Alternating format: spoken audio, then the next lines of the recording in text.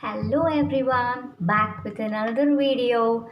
So most of my friends requested that they want for high school students few of the topics they have selected and given me, so that I will be dealing my chapters of high school students, few of the chapters which are also very interesting. So let us begin our chapter.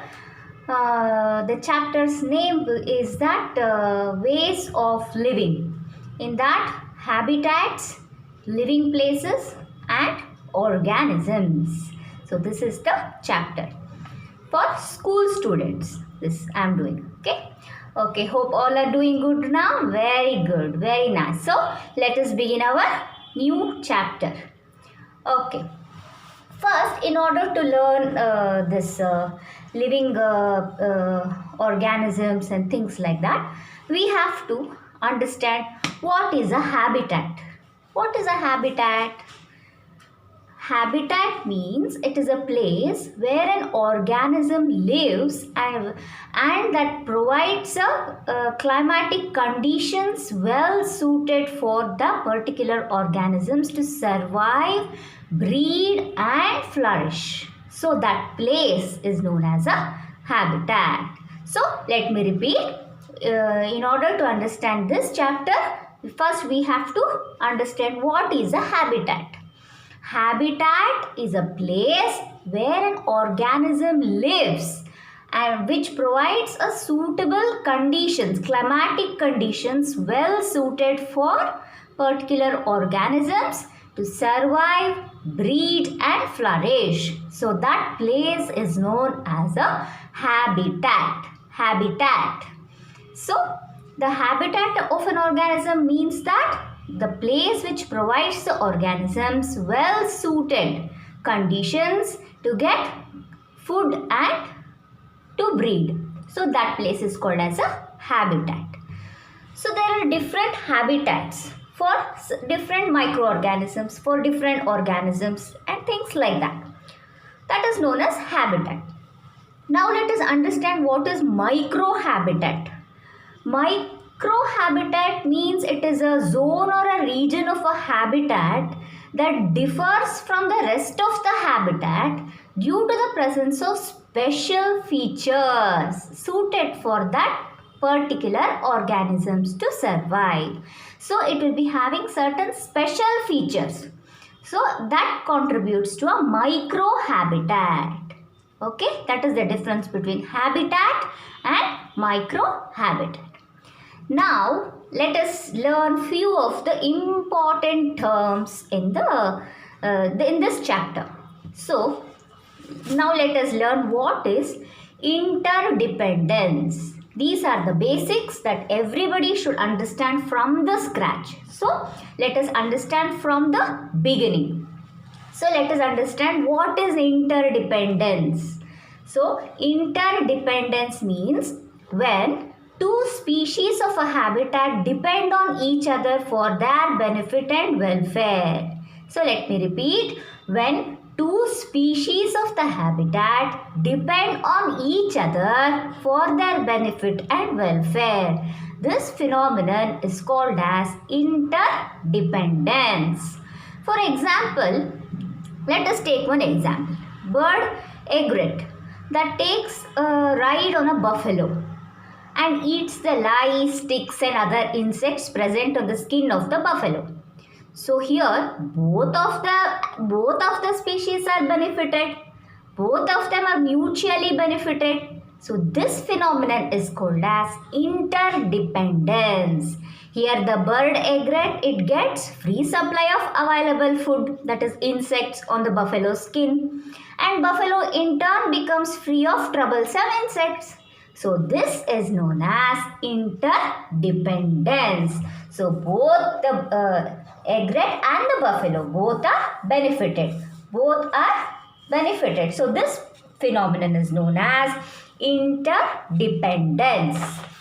So now another term, another very important term. Let us understand what is symbiotic relation or what is symbiosis.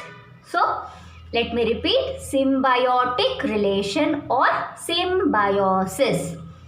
What does that mean? That means that when two organisms live together in such a way that both of them are benefited, it is called as symbiotic relation or symbiosis. So let me repeat once again. When two organisms live together in such a way that both of them are benefited. They should live together and both of them are benefited. So this process is called as symbiosis or symbiotic relation. So this is a very typical example I am giving for symbiosis is that example is that a bacterium known as rhizobium lives in the root nodule of leguminous plants. What does this bacteria does? This bacteria fixes the atmospheric nitrogen into nitrate in the plants, and it acts as a good nutrient for the plant, and in return the plant provides the bacteria with nutrients such as food and shelter.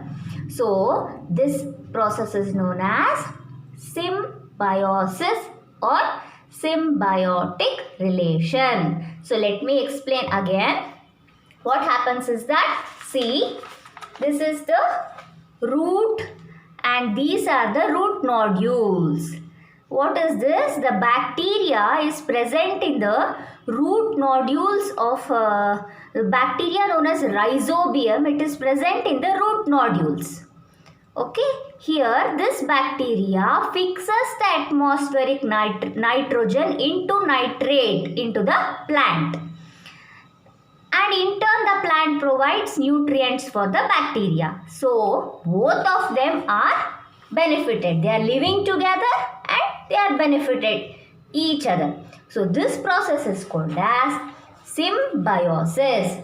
Bacteria rhizobium lives in the root nodules of leguminous plants. They fix the atmospheric nitrogen into nitrate and acts as a good nutrient for the plant. And in return, the plant also provides the bacteria with nutrients such as food and shelter. See this diagram. This is root, these are legumes. Bacteria rhizobium is present in these legumes. They fix the atmospheric nitrogen into nitrate, forming nitrate in the plants, and in turn the plant provides food and shelter for the bacteria, that is rhizobium. So this process is known as symbiosis or symbiotic relation. So these are the basics that everybody should understand from the beginning. Now let us understand what is parasitism. Parasitism, parasites. So what is this parasitism? Parasites, what are these? The organisms that depend on other organisms for their food, growth and multiplication are called as parasites, and this phenomenon is termed as parasitism. Here, the organism which provides food or shelter is called as the host organisms. The host organism gains nothing for itself, but it acts as a carrier. It is like a host is like it gains nothing, just it helps, that's all. This process is known as parasitism. Okay, let me repeat once again. Example for this parasitism is that lice, leech, mosquito, tapeworm, all these are the examples for parasites. So they are parasites on the host organisms. The host is just like a help. It helps for the parasites to survive.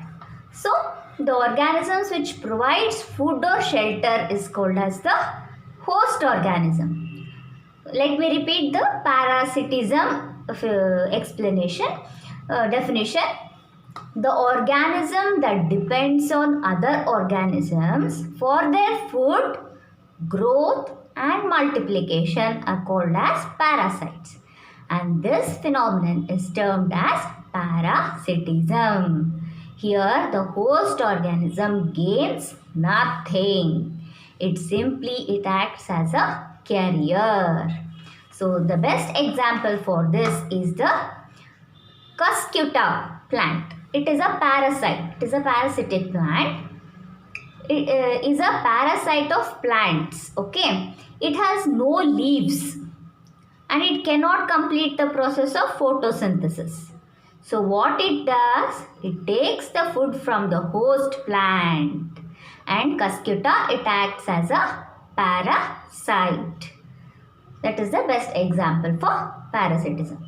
So based on the habitats, the organisms are classified as terrestrial organisms, aquatic organisms, amphibian organisms, arboreal or aerial organisms. Terrestrial organisms are the organisms that grow and propagate on land. In Latin, terra means land. These include man, camel, elephant, trees and ferns.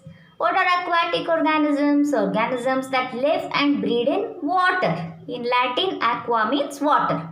Example for this are fish and prawns. Amphibian organisms are the organisms that can live both on land and on water. Example for this is frog and crocodile.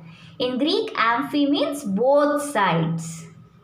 Arboreal or aerial organisms are the organisms that use air, that is sky, for their activities. They are called as aerial or arboreal organisms. Example for this is birds. So, I am stopping till now. In my next videos, I will continue this chapter. So, till then, please be thorough with the terms whatever I have taught in this video. Study well, enjoy learning process. Okay, take care. Bye-bye.